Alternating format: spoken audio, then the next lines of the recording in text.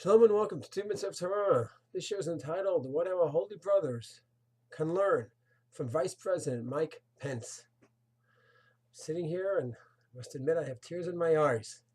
Just listened to his speech, Vice President's speech at the Knesset from a few days ago, and I'm just awestruck. But I have to admit, my tears in my eyes are for two reasons.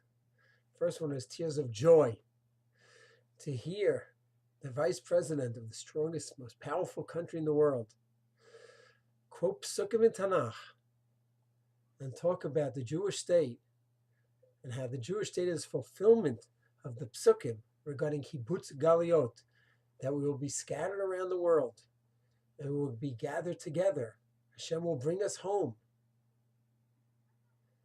And to hear how he says that we worked so hard for this and God blessed our efforts and fulfilled the biblical prophecy of Kibbutz Galiot. And then to hear him talk about the fact we are Am Sugula, we are a chosen nation. And then to mention that we are a light unto the nations. Just a speech filled with prophetic references. And then he goes ahead and uses the bracha and says, Shechayanu v'kimanu v'giyanu lazman hazeh.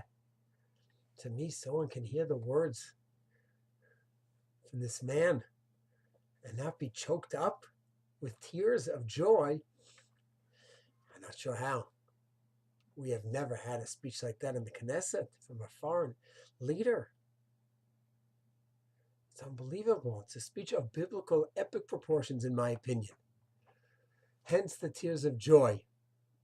But I must admit, a little bit of sadness as well. Because I wonder how it is, and I'm quite saddened by the fact that this speech that he gave, many of our holy brothers don't see it.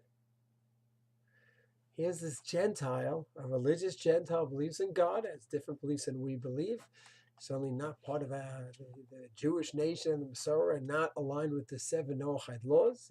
He's doing the best he can with his upbringing and his knowledge, but he goes ahead, he sees that the state of Israel is the fulfillment of the biblical prophecy of Kibbutz Galiot, the ingathering the exiles. He sees that the state of Israel represents one step further in our dream of being Am Segula. He sees that it's appropriate to say Shechayanu v'kiman v'yanu lazman hazeh, and so many of our holy brothers don't see that. They see the problems here in the state of Israel. There are problems.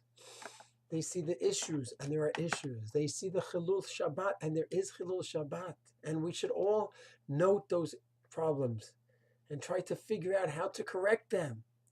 But to see only that and not to see what Mike Pence sees, the fulfillment of the prophecies of the ingathering of the exiles, not to see that.